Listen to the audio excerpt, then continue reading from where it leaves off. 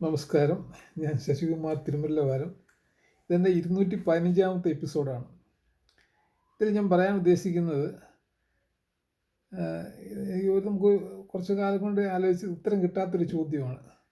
അതായത്, എന്തുകൊണ്ടാണ് ദൈവം ഈ ചില ആളുകളെ മാത്രം സപ്പോർട്ട് ചെയ്യുന്നത്, അല്ലെങ്കിൽ ദൈവത്തിന് പാർഷ്യാലിറ്റി ഉണ്ടോ തുടങ്ങിയ ചോദ്യങ്ങളാണ് എൻ്റെ മനസ്സിലുണ്ടായിരുന്നത്. അപ്പം അതിൻ്റെ ഒരു ഉത്തരം കിട്ടാനായിട്ട് ഞാൻ പുരാണങ്ങളും പറഞ്ഞിട്ടുള്ള ശാസ്ത്രങ്ങളും ഒക്കെ പരിശോധിച്ച് നോക്കിയതിൽ കിട്ടിയ അറിവാണ് നിങ്ങളുമായിട്ട് ഞാൻ പങ്കുവയ്ക്കാൻ പോകുന്നത്. അതായത്, ഇതിനകത്ത് പറഞ്ഞിരിക്കുന്നത് പഴയൊരു ആളുകൾ പറഞ്ഞു കേട്ടിട്ടുള്ളൊരു പഴഞ്ചൊല്ലുണ്ട്. ഈ എറിയാൻ അറിയാവുന്നവൻ്റെ ദൈവം കൊളി കൊടുക്കാറില്ല. കൊളി കൊടുക്കാറെന്ന് വെച്ചാൽ നമ്മൾ അത് കൊളോക്കിയൽ ലാംഗ്വേജാണ്. അപ്പോൾ എറിയാൻ അറിയുന്നതിൻ്റെ ദൈവം അതിനുള്ള സാഹചര്യം കൊടുക്കത്തില്ലെന്നാണ് അതിന് സാരാംശം. അപ്പോൾ അത് നമ്മുടെ ഒരു സുഹൃത്ത് ഇപ്പം ഇന്നലെ ഞാൻ പുള്ളിയെ കണ്ടപ്പോൾ പുള്ളി എന്നോട് അത് ചോദിച്ചു. അപ്പോൾ അപ്പോഴാണ് എനിക്ക് അതിനെപ്പറ്റി ഒന്ന് അന്വേഷിക്കാമെന്ന് തോന്നി. അങ്ങനെ അന്വേഷിച്ചതാണ്. പുള്ളി അതിനെപ്പറ്റിയൊക്കെ നല്ല അറിവുള്ള ആളാണ്. അപ്പോൾ അതൊക്കെ ഞാൻ നോക്കി മനസ്സിലാക്കിയ കാര്യമാണ് ഇതിൽ പറയാൻ ഉദ്ദേശിക്കുന്നത്. അപ്പം ഇതിനകത്ത് പറഞ്ഞിരിക്കുന്ന കാര്യം, ഹിന്ദു പുരാണങ്ങൾ പറഞ്ഞിരിക്കുന്നത് ദൈവത്തിന് അങ്ങനെ ഒരു പാർഷ്യാലിറ്റി ഇല്ലെന്നാണ്. ദൈവം ഒരിക്കലും ഒരു പാർഷ്യാലിറ്റി ഉള്ള ആളല്ല. കാരണം എന്ന് പറഞ്ഞു കഴിഞ്ഞാൽ, എല്ലാ മുൻജന്മ പ്രവൃത്തികളെയും വ്യക്തമായിട്ടും വിശദമായിട്ടും വിലയിരുത്തിയതിന് ശേഷമാണ് ഓരോരുത്തർക്കും ഈ കലിയുഗത്തിലായാലും ഏത് യുഗത്തിലായാലും ഭഗവാൻ ജന്മം കൊടുക്കുന്നത്. അപ്പോൾ ആ ജന്മത്തിൽ ഒരിക്കലും ഭഗവാൻ ഒരിക്കലും ഒരു ആരുടെയും ഭാഗത്ത് നിന്നുകൊണ്ടല്ല ഒരു പാർഷ്യാലിറ്റി കാണിക്കുന്ന ആളല്ല.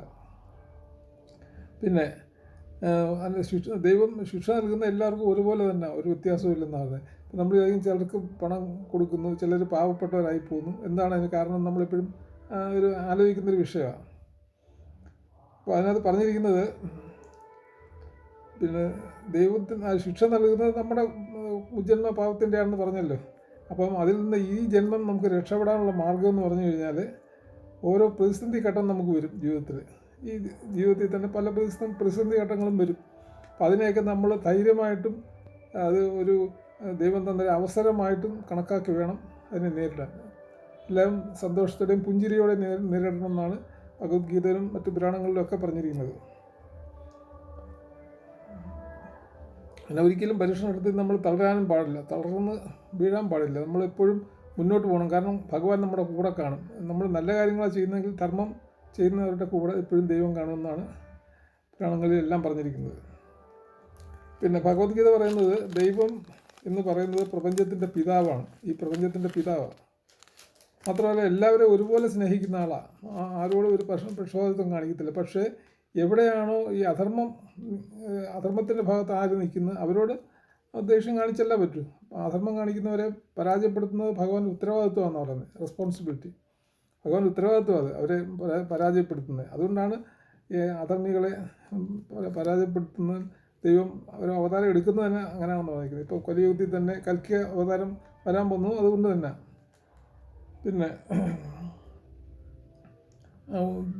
മഹാഭാരത യുദ്ധം നടന്നപ്പോൾ, മഹാഭാരത യുദ്ധത്തിൽ ഭഗവാൻ പാണ്ഡവരുടെ സൈഡ് പിടിച്ചതിൻ്റെ കാരണം തന്നെ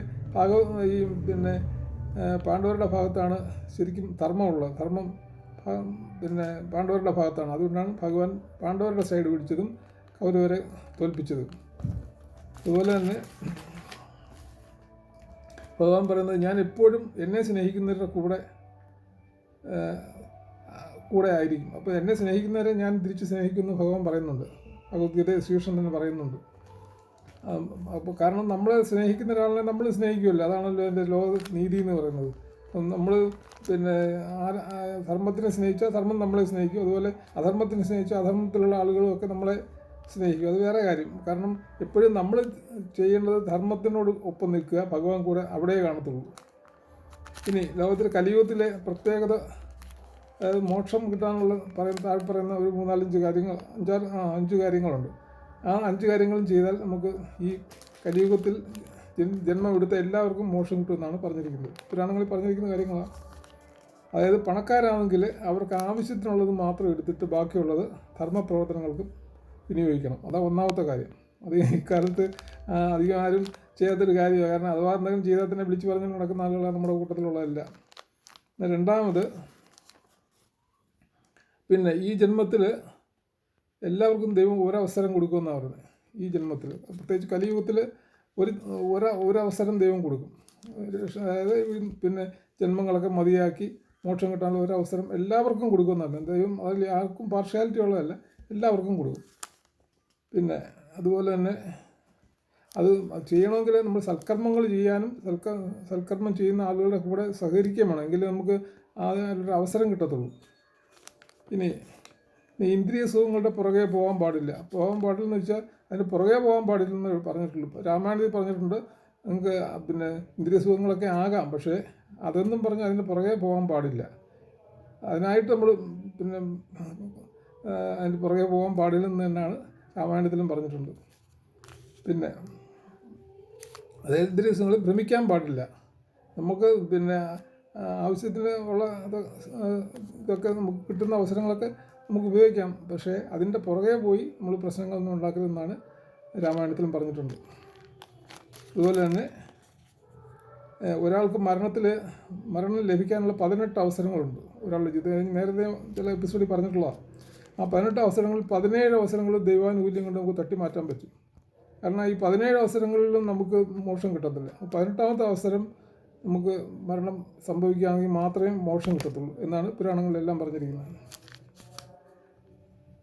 അതുപോലെ തന്നെ എപ്പോഴും ഈശ്വരനാമം ജപിച്ചുകൊണ്ടിരിക്കണം. അതൊരു വലിയ ഏത് ജാതി മതമൊന്നും ഇതിന് വിഷയമല്ല. എല്ലാ മതത്തിലും ദൈവമെന്ന് വിളിക്കാമല്ലോ, ഈശ്വരാന്ന് വിളിക്കാം, അല്ലെങ്കിൽ ഭഗവാനെ എന്ന് വിളിക്കുന്നതിന് ഒരു പിന്നെ നിരോധനമോ ഒന്നുമില്ലല്ലോ. എല്ലാ മതങ്ങളിലും വിളിക്കാം ദൈവമേ എന്ന്.